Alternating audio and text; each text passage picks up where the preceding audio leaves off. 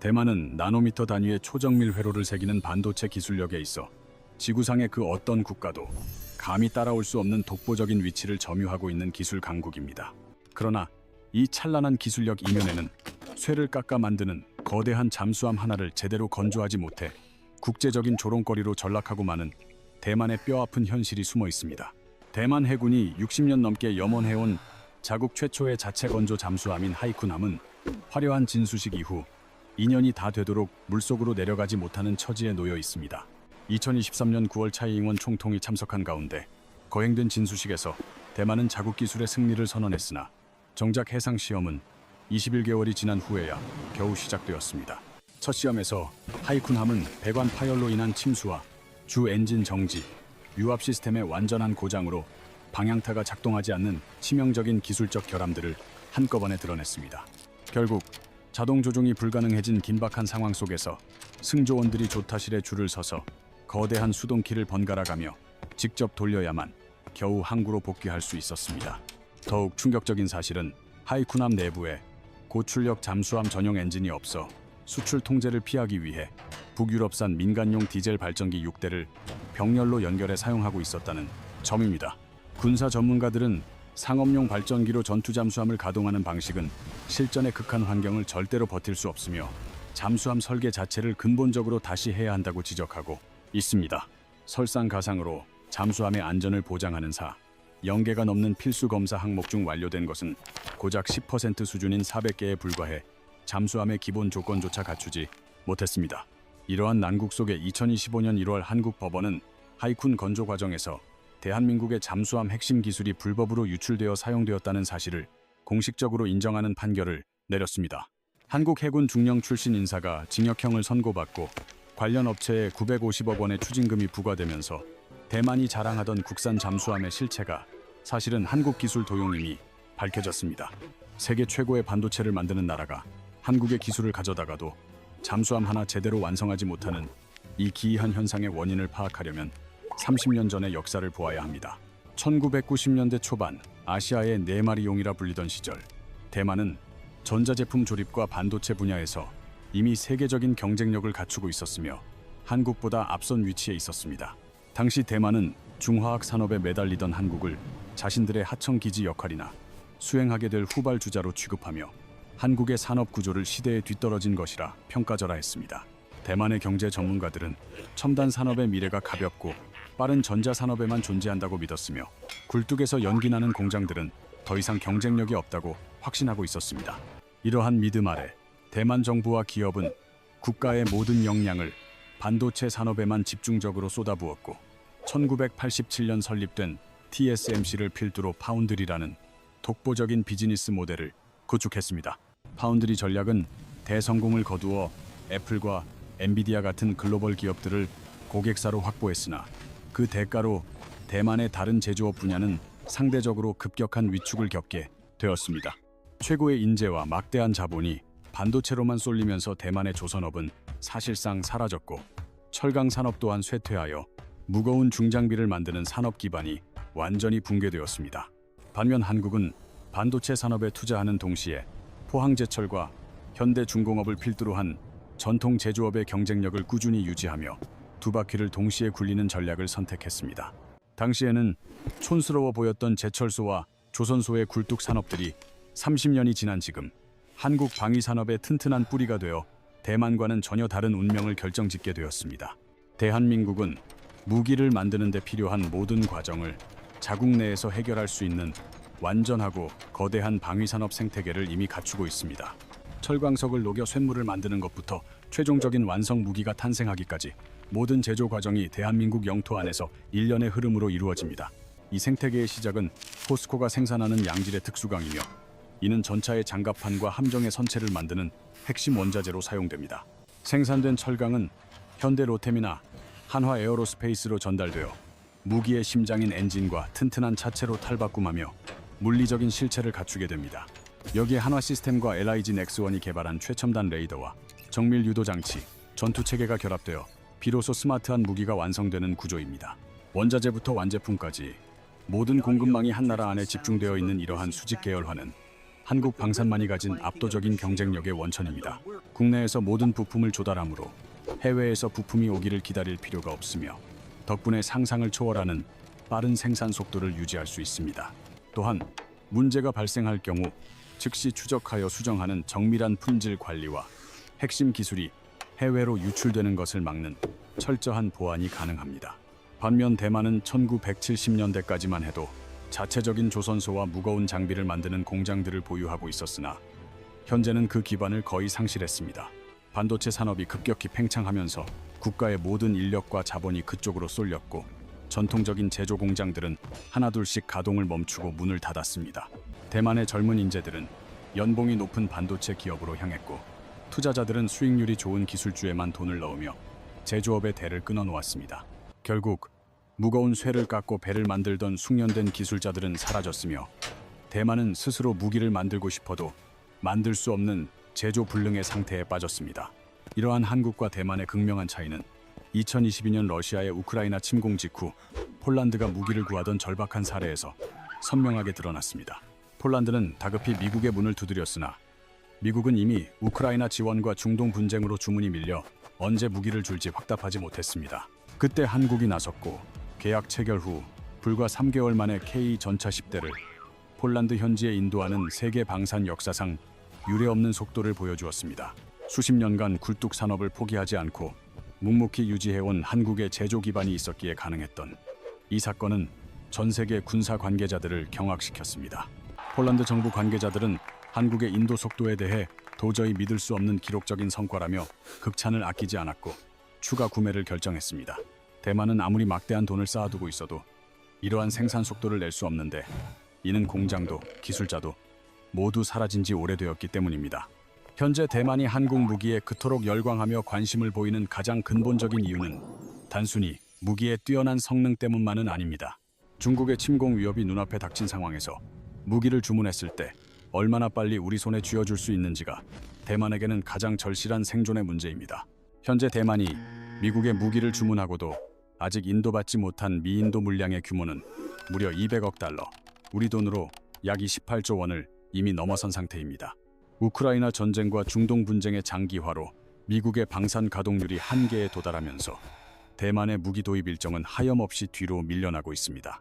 미국의 다연장 로켓인 하이마스를 지금 주문하더라도 실제 인도받기까지는 짧게는 4년에서 길게는 7년이라는 긴 시간이 소요되는 것이 현실입니다. 반면 한국의 천무 다연장 로켓은 하이마스보다 2배의 화력을 가졌음에도 폴란드의 계약 2년 7개월 만에 전략 납품을 완료하는 기적적인 속도를 증명했습니다.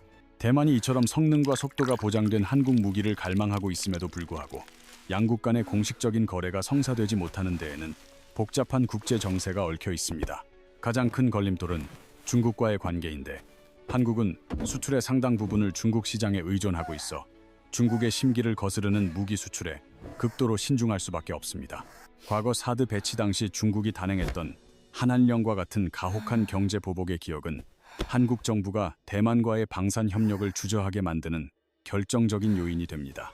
또한 한국은 중국과 수교하며 하나의 중국 원칙을 인정하고 대만과 공식 외교 관계를 끊었기에 대만에 무기를 파는 것은 외교적 금기를 깨는 행위가 됩니다.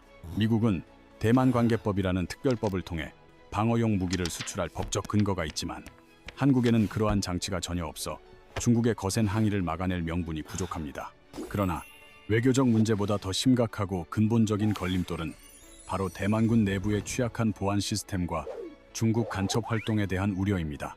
실제 2024년 한 해 동안 대만에서 적발된 전체 간첩 사건 중 무려 66%가 군과 관련된 사건일 정도로 대만군 내 정보 유출 문제는 심각한 수준입니다. 2024년 기소된 간첩 혐의자 중 현역 군인이 28명, 예비역이 15명에 달하며 이는 한국의 최신 무기 기술이 대만을 통해 중국으로 흘러갈 수 있다는 공포를 자극합니다. 만약 한국의 천국 미사일 레이더 기술이나 K 전차의 특수 장갑 설계도가 대만군 내부 간첩을 통해 중국 인민해방군의 손에 들어간다면 한국의 안보는 무너집니다. 하이쿤 잠수함 건조 과정에서 한국의 장보 고급 잠수함 기술이 유출된 사건은 이러한 우려가 단순한 기우가 아님을 한국 법원의 판결을 통해 실증적으로 보여주었습니다. 무기 수출로 얻는 경제적 이익보다 국가의 생존이 걸린 핵심 군사 기밀을 보호하는 것이 한국 정부에게는 비교할 수 없이 중요한 우선순위입니다. 공식적인 통로가 막히자 대만은 제조업 기반 상실의 대가를 치르며 비공식적이고 은밀한 경로를 통해 한국의 기술과 인력을 확보하려는 절박한 시도를 이어가고 있습니다. 그 첫 번째 방법은 한국 조선소에 은퇴한 숙련 기술자들을 높은 보수를 미끼로 초빙하여 잠수함 건조에 필요한 용접과 설계 노하우를 전수받는 것입니다. 이러한 인력 영입은 개인 자격의 기술 자문 형식을 취하기 때문에 외교적인 마찰을 피하면서도 부족한 제조 현장의 실무 능력을 보완하려는 대만의 고육지책입니다. 두 번째는 핵심 무기 부품을 제3국을 거쳐 수입하는 우회 전략으로 한국에서 동남아 등으로 부품을 보낸 뒤 다시 대만으로 들여오는 복잡한 경로를 모색하기도 합니다. 마지막으로는 설계도나 기술 문서를 비밀리에 입수하는 정보 교류 방식인데 하이쿤 사건처럼 거액을 지불하고 한국의 잠수함 도면을 가져간 사례가 대표적입니다. 하지만 이러한 비공식적이고 파편화된 기술 입수 방식은 체계적인 기술 전달이 불가능하기 때문에 제대로 된 무기를 만드는 데는 분명한 한계가 존재합니다. 대만의 하이쿤함이 노출한 수많은 결함은 한국의 도면과 기술 일부를 가져온다 해도 제조 노하우 없이는 잠수함 완성이 불가능함을 보여주는 명백한 증거입니다. 부품 몇 개와 도면 몇 장으로는 지난 수십 년간 현장에서 피땀 흘려 쌓아 올린 대한민국의 숙련된 제조 노하우를 결코 대신할 수 없기 때문입니다. 결국 대만이 진정으로 원하는 것은 한국과의 공식적인 방산 협력이지만 이는 중국이라는 거대한 외교적 장벽에 가로막혀 실현되기 매우 어려운 과제입니다. 한국 정부로서는 대만과의 협력으로 얻을 이익보다 중국과의 관계 악화로 인해 치러야 할 막대한 경제적, 외교적 비용을 치밀하게 저울질해야만 합니다. 현재 대한민국의 외교 정책은 이러한 리스크를 고려하여 대만과의 직접적인 방산 거래에 대해 매우 소극적이고 보수적인 입장을 유지하고 있는 상황입니다.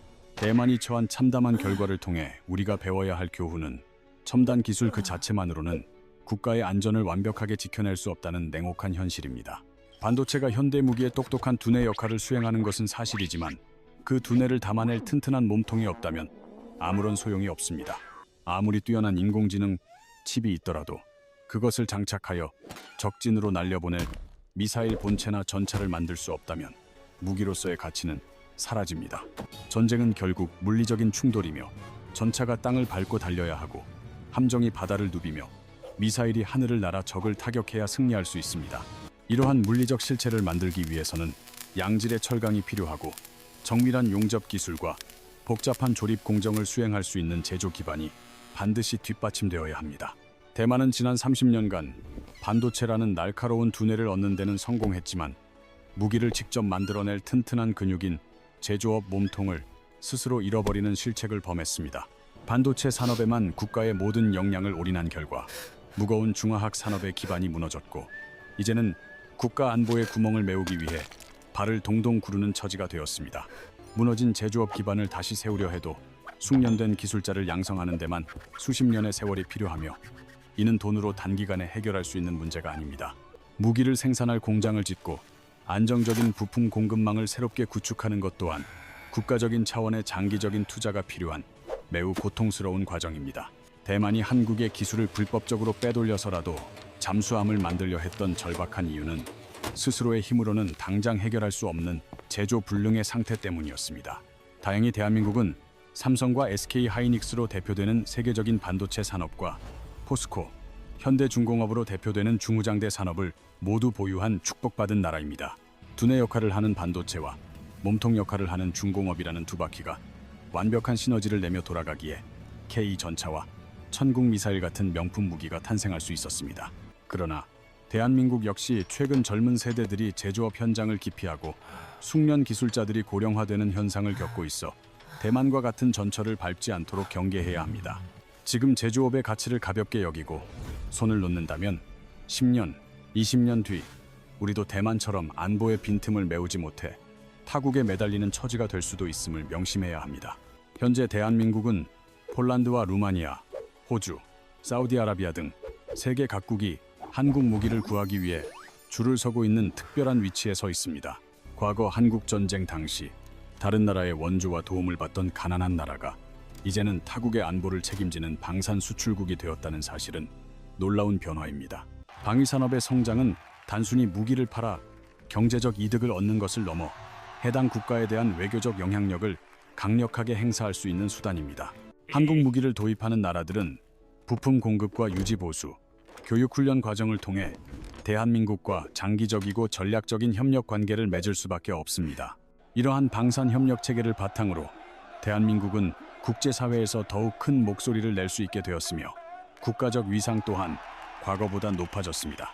다만 대만과의 방산 협력은 중국과의 복잡한 관계를 고려할 때 매우 신중하게 다뤄야 하며 어느 한쪽의 이익만을 위해 결정할 수 없습니다. 대만 해협의 평화가 깨진다면 반도체 공급망 붕괴와 해상 운송로 차단 등으로 인해 대한민국 경제에도 치명적인 충격이 올 수 있음을 기억해야 합니다. 만약 무력 충돌이 발생한다면 세계 반도체 공급이 중단되고 동아시아 전체의 안보 지형이 흔들리는 재앙이 시작될 것이기에 평화 유지가 매우 중요합니다. 대한민국은 동아시아에서 어느 한쪽으로 치우치지 않고 평화의 균형을 잡아주는 저울의 추와 같은 중요한 균형자 역할을 수행할 잠재력을 가집니다. 미국과 중국 사이 그리고 대만과 중국 사이에서 대한민국이 처한 독특한 위치를 잘 활용한다면 지역 내의 갈등을 완화하고 평화를 정착시킬 수 있습니다. 이러한 전략적 위치와 강력한 방산 능력을 결합한다면 대한민국은 동아시아 평화와 안정을 지키는 핵심적인 국가로서 국제적 영향력을 더욱 확대할 것입니다. 30년 전 대만이 한국을 하청 기지로 무시할 때 한국이 묵묵히 제조업의 뿌리를 지켜온 선택이 오늘날 방산 강국이라는 거대한 격차를 만들었습니다. 대만은 반도체라는 화려한 왕관을 썼지만 국방력의 치명적인 빈틈을 채우지 못해 고통받고 있으며 한국은 반도체와 제조업 두 마리 토끼를 잡았습니다. 결과적으로 대한민국은 반도체와 전통 제조업을 모두 보유한 덕분에 세계 방산 시장에서 그 누구도 무시할 수 없는 핵심 국가로 당당하게 우뚝 섰습니다. 우리는 대만이라는 거울을 통해 제조업을 경시하고 한 분야에만 몰입하는 것이 국가 안보에 얼마나 위험한 결과를 초래하는지 뼈저린 교훈을 얻었습니다. 하지만 한국 방산의 화려한 수출 이면에는 여전히 해결해야 할 국내 전력 보강과 수출 사이의 딜레마라는 어두운 그림자가 존재함을 잊지 말아야 합니다. 여러분은 대한민국의 제조업 기반을 더욱 튼튼하게 지켜가기 위해 우리 사회가 어떤 노력을 기울여야 한다고 생각하시는지 댓글로 의견을 들려주시기 바랍니다. 본 채널은 단순한 뉴스 전달을 넘어 데이터와 역사 속에 숨겨진 진짜 이야기를 파헤쳐 시청자 여러분께 깊이 있는 분석과 통찰력을 제공합니다. 오늘 영상이 유익했다면 구독과 좋아요를 눌러주시고 새로운 영상이 올라올 때 가장 먼저 알림을 받아보실 수 있도록 알림 설정도 부탁드립니다. 시청해주신 여러분께 진심으로 감사드리며 저희는 다음 영상에서 더욱 흥미롭고 유익한 이야기로 다시 찾아뵙도록 노력하겠습니다.